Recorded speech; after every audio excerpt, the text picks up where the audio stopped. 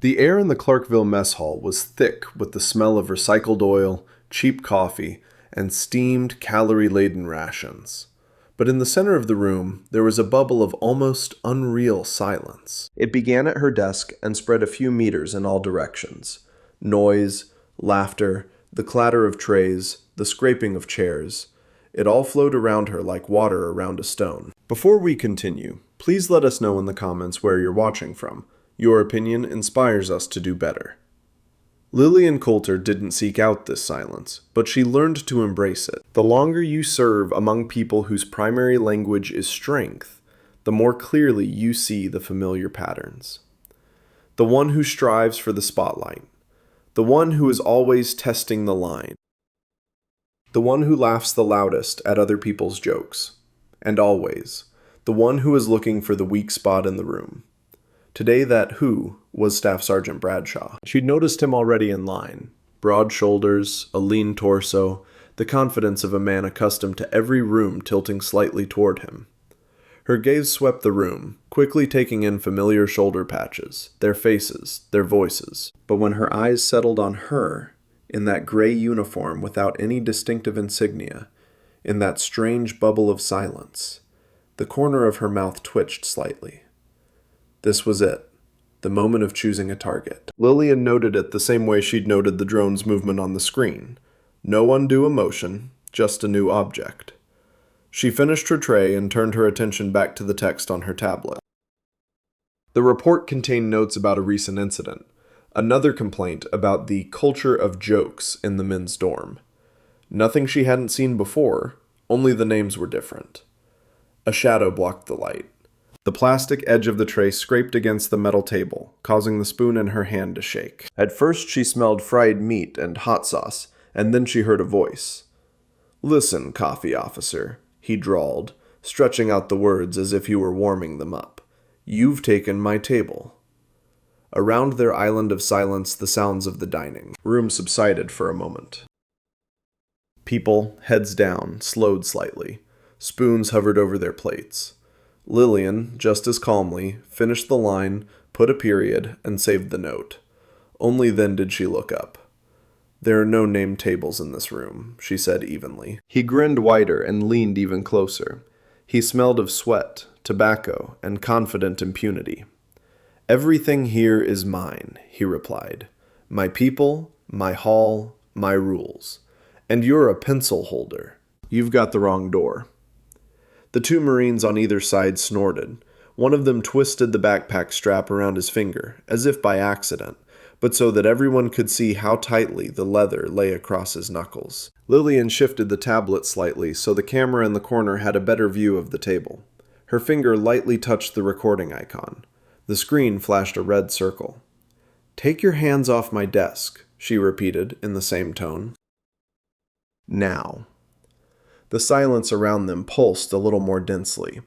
Someone in the far corner quickly finished eating and stood up, not looking in their direction, but their ears perked up. "Oh, and she's even threatening me," Bradshaw drawled, raising his voice so he could be heard further. "Are you going to report me? Where? To your office?" He leaned so close that his shadow covered half her face. "Girl," he said in the Marine's tone with new recruits, "if you think Daddy's papers are going to protect you from the real world..."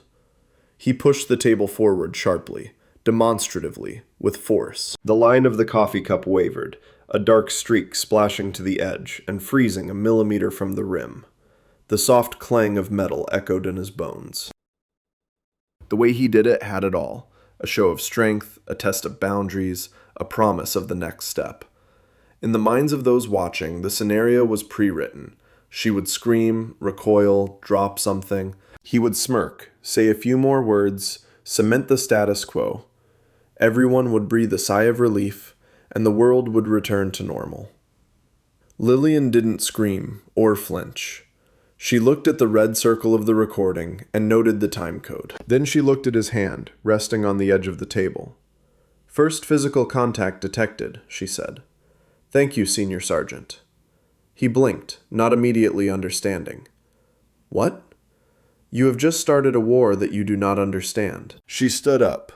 Not with a jerk, not with a rush. She simply rose slowly, pushing her chair back. The table ceased to be a barrier between them and became a line. "Take your hands off," she repeated, without raising her voice.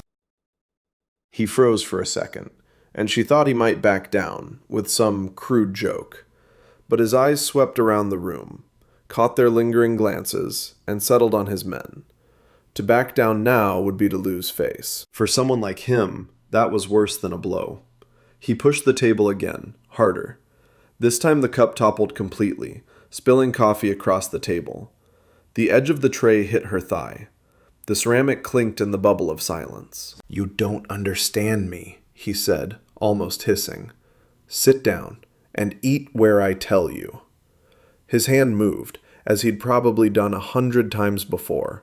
Grab her shoulder, squeeze slightly, arch his body, show who was in control. But she didn't let him touch her. The movement that followed was so swift that many in the room later doubted they had even seen it. The fingers seemed to barely touch his wrist. A slight twist of the body, a momentary loss of balance. The table, which had just been his instrument, suddenly became an obstacle.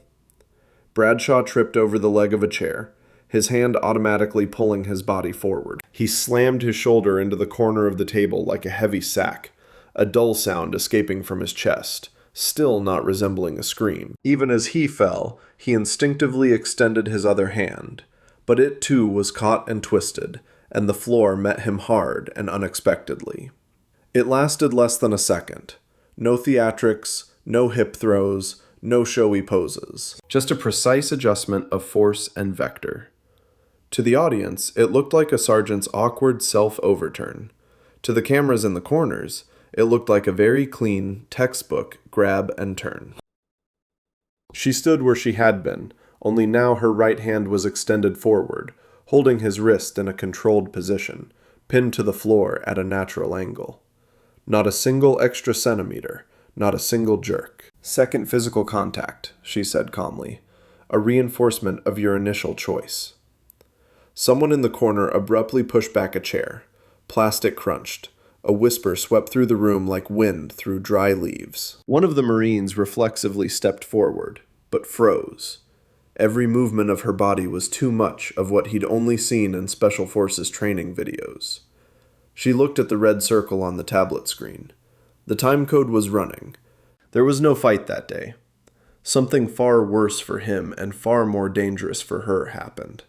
She clicked save, picked up the tray, walked around him where he lay on the floor, and left, feeling eyes on her, not out of respect or gratitude. More like they were looking at something they didn't fully understand, but were already afraid of. In her small apartment, in a neat container with the pungent smell of cleaning products and the quiet hum of the air conditioner, she sat down at the table and pulled out the overnight knee regenerator. A cold, slightly sticky ring squeezed her joint. In her mind, she returned to the moment she hit the bottom flat, the blackness of the ocean depths pressing against her ribs, the metallic taste of blood in her mouth, the ringing in her ears. Back then, she had no recording devices, no procedures, no commissions. She had only one choice: surface and pretend nothing had happened, or stay at the bottom and die where no one would see or understand what had happened. She chose to surface. But after that, she stopped relying solely on punches and muscle. She immersed herself in what she understood far better: the system. Into its cracks, its vulnerabilities, its protocols that no one strong ever fully read. There, in the papers and codes, the strong were more vulnerable than in any schoolhouse. She opened her tablet. The video from the mess hall was already in a secure folder. She added another file to it, a printout of a report of recent complaints from the same barracks, where everything was fine. The lines flowed across the screen like an index to old familiar scripts. She created a new folder and named it simply Clarkville Culture.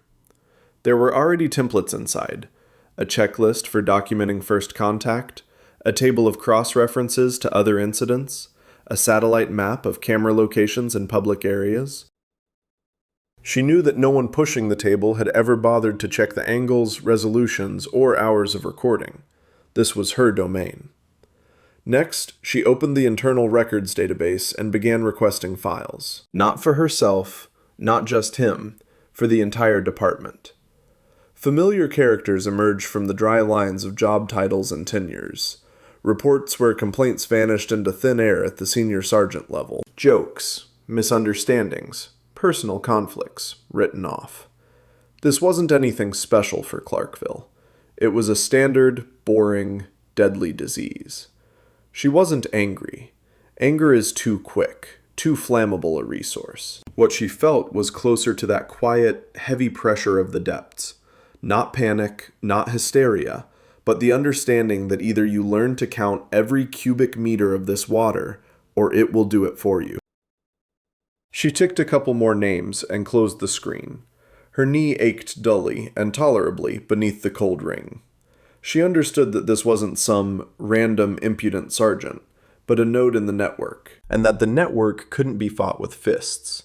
It had to be redone, diagram by diagram, so that those accustomed to living in the cracks would be left without them. That morning, she stood at the entrance to the school building, holding a tablet with the dry lines of the schedule scrolling across its screen. Inside, on the steel walls, hung cameras, to which a new recording route had been added yesterday. A day ago, this building had been merely a backdrop for exercises. Today, it was also a laboratory. She knew Bradshaw would come. His hunger to regain his status was too great. Too many witnesses had witnessed his absurd fall in the cafeteria. He lived too loudly to swallow it in silence. The group of Marines gathered, boisterous and collected, sportingly so. The senior sergeant accompanying them glanced at her, clearly having heard enough. He spoke calmly, but his voice was tense. He had to simultaneously carry out his command's orders and tame the pride of his subordinates. They went inside. The house was arranged as a series of cramped corridors, rooms, and stairwells, a typical urban combat setup. Here they learned how to enter rooms, assign sectors, and provide cover for each other. Here, however, they most often made mistakes with what they didn't like to make, the safety of their own. She stood by the door while they laid the weapons out on the table. They were gas rifles with plastic cartridges, but the weight and mechanics were the same as the real ones. She didn't rush to pick up any of them, giving them time to forget she was there. Then she came closer. She simply asked each one to demonstrate in turn how they checked their weapons before entering. Someone pulled the scope up to their eye without even looking into the chamber. Someone clicked the bolt without removing the magazine. Someone held their finger dangerously close to the trigger while the barrel crossed their comrade's torso. In those seconds, she saw what she was accustomed to seeing in accident reports, only usually after the blood had flowed. She picked up the first rifle without comment. She unloaded it without fuss, clearly demonstrating that a round had been in the chamber the whole time. She placed the round nearby so everyone could see and hear it hit the metal. With the second rifle, she pointed her finger at the sight and, without looking, asked, "At what distance did you zero out?" The Marine hesitated. His shoulders tensed, realizing this wasn't a question he could laugh off. She switched gears. "If you don't know where your eye is looking, you don't know where your shot is going to land," she said. "It's not, 'this is how it should be.' It's someone's head." She didn't lecture them. Each phrase was accompanied by a specific, very simple action. She showed where the barrel of his gun went when he took a step, how his finger found the trigger when he was nervous, at what moment he involuntarily aimed at his friend. The senior sergeant, the range supervisor, watched silently. His face remained stony, but his eyes narrowed slightly. He'd seen such things too, only usually in the form of incident reports where the cause column listed human factor. She tested them one by one, not humiliatingly, but exposing the holes so they could see for themselves. But when it was Bradshaw's turn, the air in the room grew thicker. He strode toward the table with such bravado, as if this whole previous analysis hadn't been theater for him. Like, "This is all for greenhorns, and I know what I'm doing." He picked up the rifle, the same one he'd been holding yesterday, and turned toward the entrance to the house. She stepped aside, clearing the way for him. "Checking," she said. He clicked the shutter, glanced quickly through the scope, his expression unchanged. He seemed confident, but she'd already noticed a slight hesitation. A slight hesitation, the barely perceptible movement of his index finger. "Ready," he said, and it was clear from his voice that he was speaking not to her, but to everyone else. She leaned a little closer, without touching the trunk. "You just pointed the gun at your partner," she said calmly, keeping her voice low. At the 3-second mark, he flinched, trying to protest, but she had already touched the tablet. The screen split into 4 windows: footage from the cameras in the hall, a camera at the entrance to the house, a general overview, and a close-up of his hands. The red circle indicating the recording glowed brightly. In slow motion, everything was crystal clear. The rotation of the barrel, the line running through the partner's chest, the bending finger. "This is a training center," she said. "Today, the bullets are rubber. In 6 months, they'll be different." She didn't add, "And behind the wall could be my sister, your wife, or a random child." Such phrases rang hollow here. Instead, she conveyed how this small mistake in a peaceful, safe space brought comfort from the fact that the pencil girl dared to respond. It was a quiet, far more powerful feeling, as if someone had just peeled away a layer of complacency. It was unusual to see someone who yesterday was perceived as angry but competent appear on the same level as any newcomer on live television. It was unusual and dangerous. When they entered the house, everything was already documented. The camera angles were marked in her files, the viewing angle calculated. A training exercise was planned, a simulated room clearing. For Bradshaw, this was the perfect opportunity to regain face, enter skillfully, project aggression, and impress. The walls echoed dully with the first steps, the rubber soles creaking on the concrete. He whispered the formation: triangle, sectors, movement. The words were correct, if a little too demonstrative. He failed to note one thing. The space in which he was about to stage his performance of power was now more familiar to her than to him. She had spent hours running through possible scenarios, like a training exercise. What will an offended alpha male with a damaged status do in front of the cameras? She didn't interfere with the mission itself, didn't give any commands. The senior sergeant at the range gave the go-ahead, and they moved on. She simply stood at the point where new cameras were activated, watching the timestamps. As he approached her, after the task was completed, breathing a little faster than he'd like to admit, beads of sweat glistened on his neck. He stopped to block her passage. The other Marine spread out slightly behind him, like a solid wall. The corridor inside felt cramped not only physically, but also airily. "Actually," he said quietly, almost confidentially, "a senior security officer shouldn't be so close to the field." The word field sounded as if he meant men who play for real. There was a hint in his voice. This could still be stopped, if she backed down. She didn't move. "Yesterday, in the dining room," he continued, bowing his head slightly, "you let me down. In front of my people." He took a step closer. Less than a palm's width remained between his chest and her shoulder. On the surface, it was simply an intrusion into her personal space. In context, it was a harbinger of the next training push. "You had a chance to leave everything between us," he said, no longer softly. "Now you'll get another one." The senior sergeant at the range tensed, but didn't intervene. Technically, these were just words. The cameras were recording, but nothing had happened yet. His hand moved forward. Not quickly, like in a drunken brawl, but in a rehearsed manner. A grab for her face, a bending motion, a slam against the doorframe. She'd seen these movements hundreds of times, in slow motion, in infrared, in reports. Something inside her snapped coldly. She didn't back down, and she didn't strike first. As his fingers reached for her face, she tilted her head slightly to the side, allowing his hand to pass further. At that moment, her hand found its way to his elbow. A slight movement of the body, a step back, a twist, and his own momentum pushed him into the doorframe, narrowly missing. His hand slipped, tried to change trajectory, but had already lost its structure. With her second movement, she grabbed his wrist, preventing him from pulling his hand away. and gently, without jerking, she guided him downward. His knees buckled, as if his body would rather fall than allow a joint to twist further. He landed on the floor. Her right foot planted a stop between his shoulders and the wall, preventing him from rising suddenly. The whole thing took about 3 seconds. The silence after his back hit the concrete was so quiet you could clearly hear the click of an air conditioning relay somewhere in the corner. She stood over him, holding his hand in a gentle but absolutely controlling grip, and her breathing was even, like someone who had simply shifted position in a chair. "During the training," she said calmly, addressing the cameras more than him, "I will not damage your joints and bones. You won't have such luxury in combat."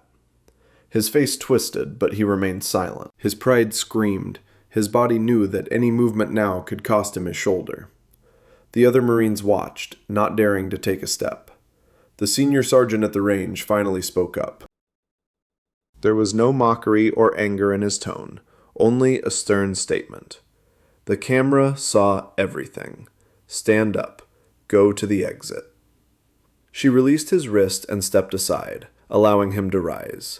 She didn't extend her hand, didn't look him straight in the eye. She didn't offer him a single gesture he could cling to call it a personal victory or a personal defeat. It was simply a matter of protocol. Outside, in the hallway, the recording indicator was already blinking red. For her, this was the main sign. The world of Clarkville reacted quickly. Within days, the hallways were filled with whispers. Stories spread from mouth to mouth, like a child's game of telephone. At the shooting range, they said she disassembled a sergeant's rifle while blindfolded, and put it back together faster than he could even comprehend what was happening. In the mess hall, they whispered that she deliberately provoked fights, so she could write reports and ruin careers. In the barracks, someone claimed to have seen her walking the hallways at night, checking lockers for alcohol. In reality, she was doing the same thing she always did, going to work, analyzing data, writing reports. Only now the space around her in the corridors had expanded. People moved away a little earlier than simple politeness required. Conversations broke off as she passed.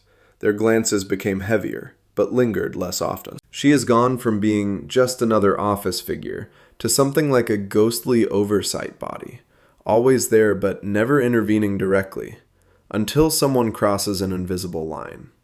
It was both protection and a new form of loneliness. In the evenings, returning to her container, she saw groups of people gathered around tables, laughing, arguing. She passed these islands of warmth without lingering. Sometimes, fleetingly, her gaze caught a reflection in the window, a figure in a standard uniform, without insignia, without company. No particular pathos, simply the recognition that no one else was walking behind her. Command's response was immediate. Video footage from the mess hall and training facility landed on Colonel Stoneridge's desk, along with a report from the range's senior sergeant. The file he retrieved from the safe initially contained only the standard lines: date of birth, length of service, and specialized education. But behind several entries were unusual notations of clearances and unit codes that weren't common in his part of the world. The file sent from above contained less text than desired and more tacit hints. It said she was an operational integration specialist who worked with special forces and participated in a number of operations that were off-limits even to him. It was explicitly stated that she had the authority to initiate direct appeals to the inspectorate and other oversight bodies, bypassing the normal chain of command, if she identified systemic violations of safety culture. Stoneridge knew how to read not only what was written, but also how. The tone of the word said one thing: she must be handled with extreme caution. Not because someone up there loves her, but because she is part of a mechanism whose existence many prefer to ignore. He invited her in. She entered, saluting as crisply as she did everything else, and stood in front of the desk, not glancing at the open folder in front of him. "You do a pretty good job of manipulating gravity in my dining room," he remarked without a smile. She didn't react to the joke. "I recorded the threat," she said, "and took appropriate action." He nodded. "I saw that," he replied, "but they sent me something else from above. It seems you are being modest in your application." He turned the screen toward her without reading aloud. course titles, grades, specifications. She quickly checked the familiar lines, not out of pride, but as a check that they hadn't forgotten anything important. A specialty in systems integration, experience in signals intelligence, and participation in developing security protocols for task forces. What you did in the training facility, Stoneridge said, I would have preferred to see in a training session, rather than in the context of an internal conflict. But that doesn't change the fact. You closed a hole through which, in another situation, a real corpse could have flown to us. He was a straightforward man. There was neither gratitude nor resentment in his voice, only dry analysis. It's not just him, she replied. This isn't a random incident. It's a pattern of behavior that's being tacitly endorsed. If it's not corrected, you'll have the same report in a year, only with a different name. He looked at her carefully. And you're going to fix it? He asked. It's part of my job, she said. At the hearing that took place a few days later, the courtroom was packed. Formally, it was a standard investigation into the incident. Security footage, testimony from both parties, and the commission's findings. But the glances exchanged among those present made it clear that everyone understood this wasn't a matter of who pushed whom, but rather of where the line of acceptable behavior now lies. The video from the cafeteria played once. The table, the jolt, the shaky cup, her calm gaze, his fall. Someone in the back row exhaled loudly when they saw him awkwardly catch his balance. Someone else across from him tensed, remembering how they themselves had pushed tables in similar situations. The recording from the school building played in slow motion. A view from above, the barrel turning, the split second when the line of the weapon intersects the silhouette of a comrade. It felt like even the air in the room recoiled. The colonel, speaking, didn't turn everything into a pompous sermon. He spoke about specific things, how one joke can turn into a real gunshot. He talked about how a security system isn't just about the locks on the armory doors, but also the habits of those who handle the guns. Bradshaw got through this with what many considered minimal punishment, a severe reprimand, restrictions on access to certain types of travel assignments, and mandatory training. But more importantly, the Commission's report clearly stated that his behavior created an unacceptable risk to his subordinates and undermined trust in the base's security culture. At the end of the meeting, he stood up, walked toward her, straightened up, and saluted. It wasn't a gesture of reconciliation, not a mere formality. It was an act of recognition of her status in the system he'd grown accustomed to considering his own. She responded with an honorable nod, without a smile. For her, this wasn't a personal victory. It was confirmation that the protocols work if you're not afraid to launch them. A week later, the base seemed to shift its center of gravity. At the shooting range, a senior sergeant, who usually kept aloof from the office staff, approached her and simply said he'd updated the local regulations based on her comments. There was no servility or defiance on his face, only professional recognition. New items appeared in her box on the table inside the container. A piece of an old chevron with a faded image of a black cat, from a sergeant who had once served in the same region as her. A flag with the insignia of another Special Forces unit. A discreet but heavy coin with an embossed motto, handed to her by a quiet woman from the legal department, whose name she barely had time to read on her badge. Each object was a small, almost imperceptible sign. We see what you're doing. Together, they formed something that ordinary people call recognition, but she called just another form of data about the system. Next to these souvenirs lay a thin patch with a black silhouette of a phoenix on a dark background. It was the informal symbol of a unit that was almost unknown in this part of the world. It had been sent sometime after an operation whose name was still forbidden to be spoken aloud. On the day she first placed it in the box, she had no idea that within a couple of years, this very silhouette would become one of the most recognizable symbols of the Quiet Reform. Official recognition came later. The first call came from a Special Forces base on the northern coast, the one codenamed Ghost Cliff. They needed help planning a complex mountain operation. There was no colonel-like pomp in this call, just dry coordinates and technical specifications. She spent 2 days and 2 nights in the Signals Intelligence Room, sitting in front of wide screens displaying satellite images, terrain maps, and wind load tables. The mountains on the monitor weren't just a beautiful landscape.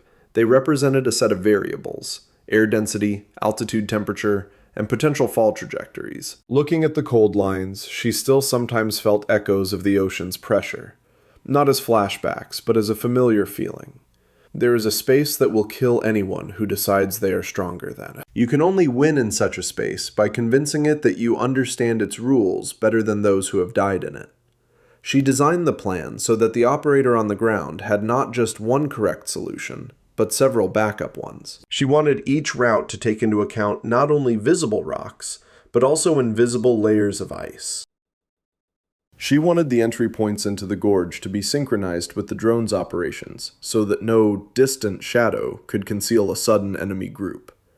Some of what she calculated remained as notes on her screen. Some was voiced during the briefing at Haunted Cliff, as she stood in a room full of people whose shoulder chevrons bore unofficial names, known only in certain circles. These people listened attentively, not because they were ordered to respect, but because they understood that their lives in the coming days literally depended on this inconspicuous woman in a standard uniform being accurate in her sum of the tilt angles. Before the operation, one of them, whose call sign she remembered as Tomlinson, asked where she'd learned to fight like that. She didn't tell him about the bottom, the darkness, the joints she'd once broken, and the ones she'd been broken by. She simply replied that sometimes physics is an extension of mathematics, and not the other way around. That was enough for him.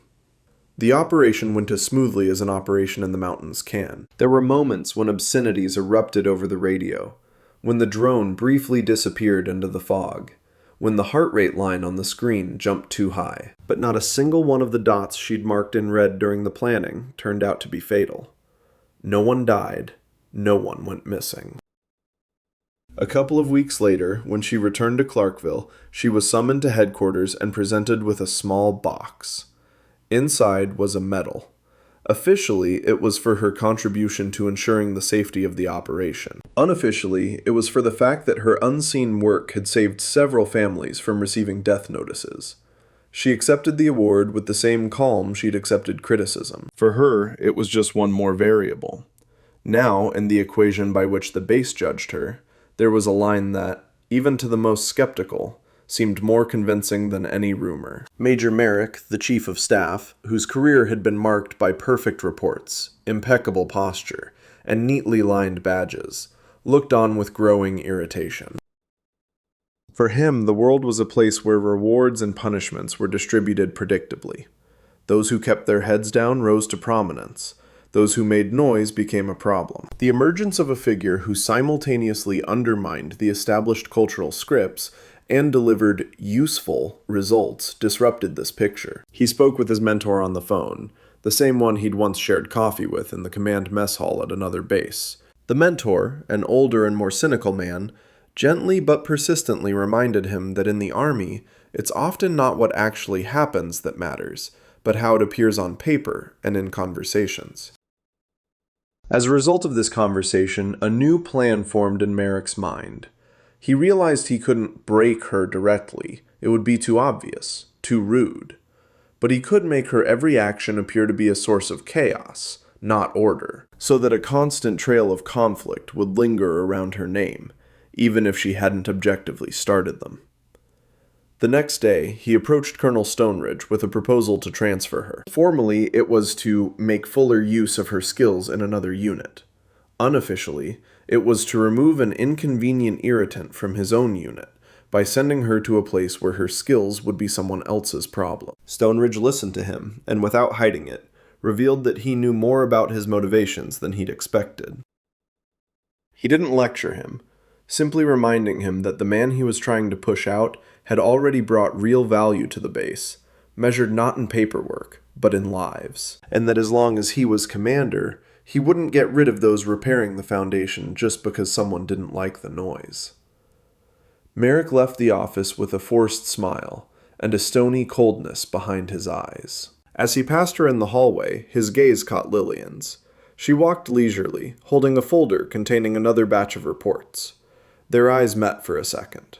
There was no challenge or obsequiousness in her gaze, only a calm, slightly weary interest in the one who had interrupted her trajectory.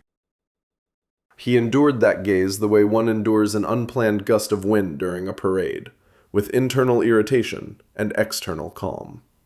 They went their separate ways, but at that moment, a decision finally formed in his mind. If she couldn't be removed openly, she needed to be surrounded by conditions that would force the system itself to reject her.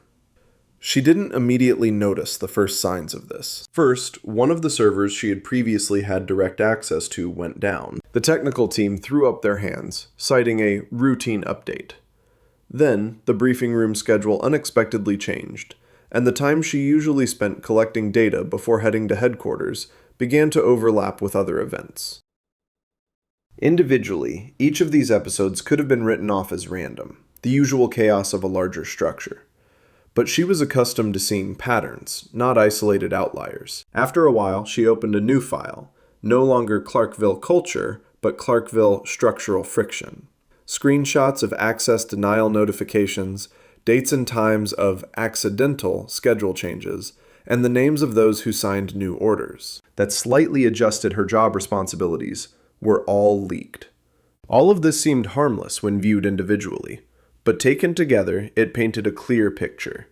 Someone was systematically reducing her ability to influence processes without formally affecting her position. The breakthrough came not from her observations, but from a private. One evening, as she was about to leave, there was a knock on her door. Standing there was Rodriguez, the same young soldier who used to always look at the floor when passing his superiors. Now he looked her straight in the eyes. He held a small flash drive in his hand. He told a story about his sister, who served at a different base, about how the guys there allowed themselves a few more jokes than necessary, about how one day this crossed the line and ended the way many such stories do, with a broken psyche, resignation, and a quiet depression that no one reported. He said he'd seen how she'd been treated in the cafeteria, how she'd prevented security from being turned into yet another joke in the training facility, and how, after that, work processes had suddenly and accidentally begun to break down around her. He said he'd been in the wrong place at the wrong time one day. He'd seen 2 senior sergeants, now saddled with disciplinary action thanks to her reports, handing a flash drive to someone from headquarters. "This thing," he said, handing her the drive, "contains what they were going to delete. Correspondence, reports, their discussions about how to make you less of a nuisance." He spoke without pathos, without beautiful words about justice. His voice carried only the weariness of a man who realized too early that the system wouldn't improve if people like him kept their eyes on the floor. "I can't make them answer for what they did to my sister," he said, "but maybe I can help you make sure it ends here at least." She accepted the flash drive cautiously, as one accepts not just an object, but a responsibility. She saw him not as a source of information, but as a reminder of why it was worth getting involved with a heavy, inert, and unfair structure. That night, when the base was already asleep, and the only sound in the corridors was the steady hum of the ventilation system, she sat at her desk in front of the monitors, opening file after file. It was a correspondence between Gilmore and Wilkes, 2 sergeants who had already been touched by disciplinary procedures, but not broken. They were smart enough to realize they had no second chance to make a mistake, but not virtuous enough to admit their guilt. Their letters were filled not with remorse, but with irritation and plans to get that bitch. There were also messages from junior staff officers, hints and emoticons, strangely coinciding in date with those accidental changes in her work schedule. Unlike verbal conversations, digital traces couldn't lie as gracefully. She knew she could use all this for short-term revenge, send copies to her immediate superiors, create a local scandal, rejoice as a few people are demoted or transferred to nowhere. But with her experience, she already knew the value of such victories. They treat the symptoms, but not the disease. She opened a blank document and began writing a report. Not an emotional letter, not a shout into the void, but a structured, cold document. 37 pages, each containing a specific incident, the policy attached to it, a list of those responsible, an analysis of the systemic causes, and possible corrective measures. She addressed it not only to her colonel, but also higher up, to the inspectorate, to the military personnel's rights department, to those very channels whose existence most preferred to forget until they themselves were in trouble. She knew it would be perceived as going around the brass, hitting on their own.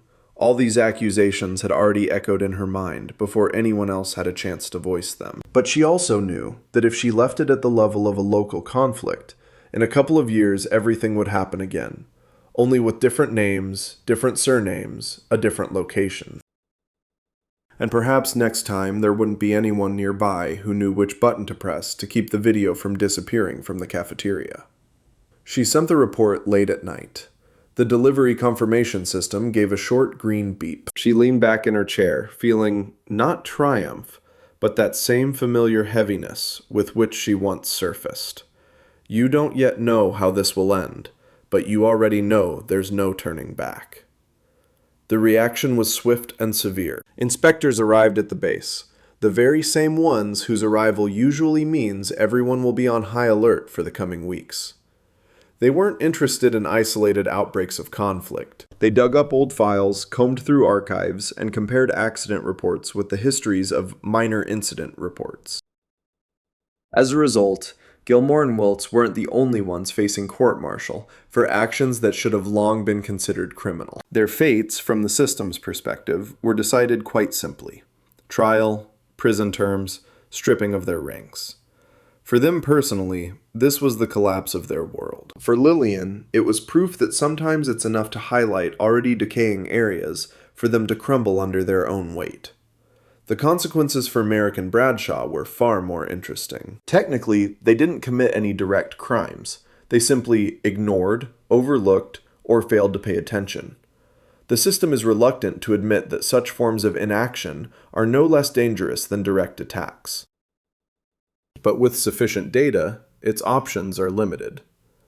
Merrick was deprived of the prospect of the positions he had worked so hard to achieve. He remained in the ranks, and on paper, everything looked decent, but the list of possible career paths narrowed to dreary, peripheral headquarters. For a man who measured his own worth by the number of stars on his epaulets, this was perhaps the worst form of punishment. Bradshaw was sent to a remote training center, where his job was no longer to command the brave men, but to sort through paper reports and supervise young instructors.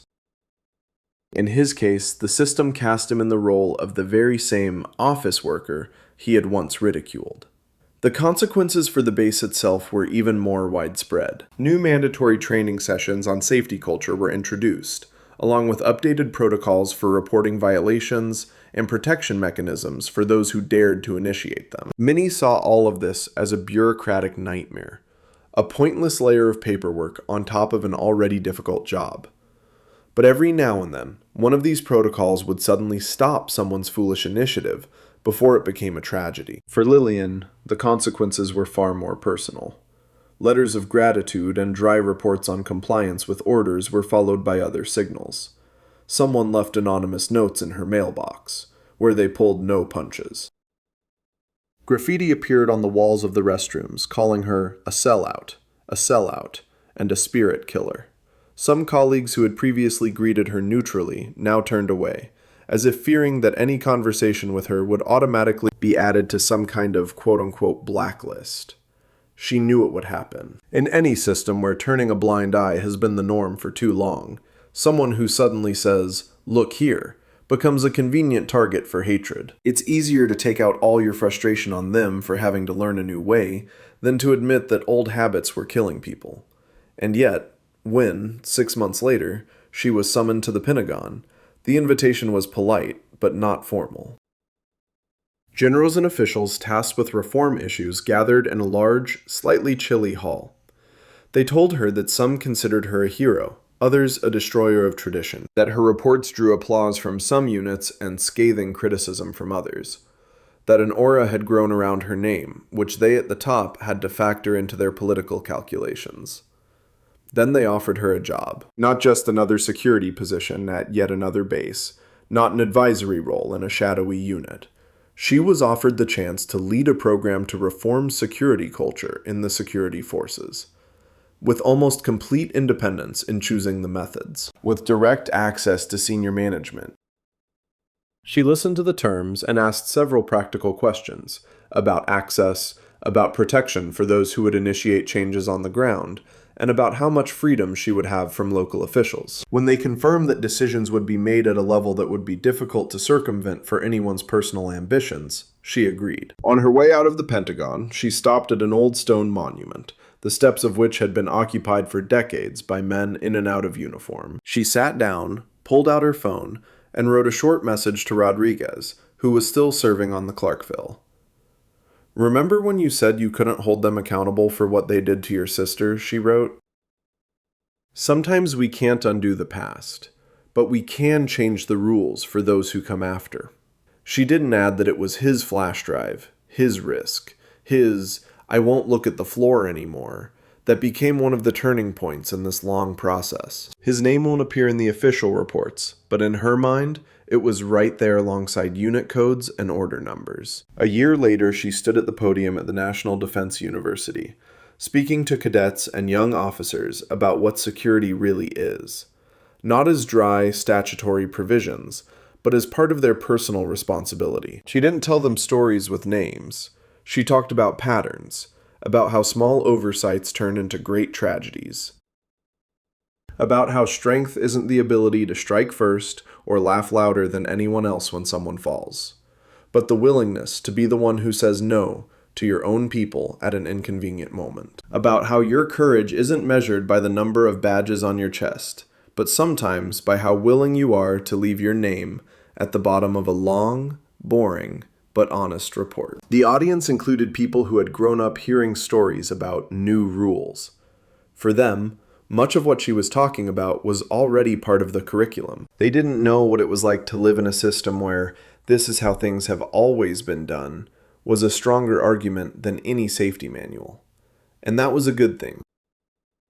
At one point, as she paused between her points, she noticed a gray-haired man in civilian clothes in the front row, a small pin bearing the emblem of one of the old units glittering on his lapel. He looked at her, neither with admiration nor with irritation, but with a quiet, complex expression of recognition. There was more weight in that look than in the applause of the entire hall. The retired sergeant major's letter arrived later, when she had already returned to her new, much more spacious office, littered with documents in which yet more units were attempting to implement the protocols her team had developed. The envelope was a regular postal one, with the recipient's handwriting somewhat sloppy. He wrote that he served back when people like her either quickly broke or learned to keep quiet. That in his life he'd seen too many young, smart, principled people being forced out by the system, and that when he learned about what she was doing, he initially felt an almost reflexive irritation. Once again, someone from above is meddling in our affairs. But then my grandson brought home a booklet from school. The section on military service described new protocols for personnel protection. Among other things, it described the ability to appeal to independent inspection bodies without fear that your commander would simply erase your report. He realized that if his granddaughter ever decided to don a uniform, she would serve under different conditions than her grandmother and mother. He wrote that he didn't know her personally and might never see her again. But he wanted her to know that there were people of his generation who, even if it took them a while, understood that her job wasn't about breaking the old army, but about giving those who came after a chance to avoid repeating the same mistakes. She folded the letter carefully and placed it in the same box where the chevron pieces, the coins, and the phoenix lay. Their number had increased over the years, but she still didn't think of them as a collection. For her, they were data. Each piece was proof that the changes she'd fought for, with numbers and commas and protocols, lived on beyond the reports.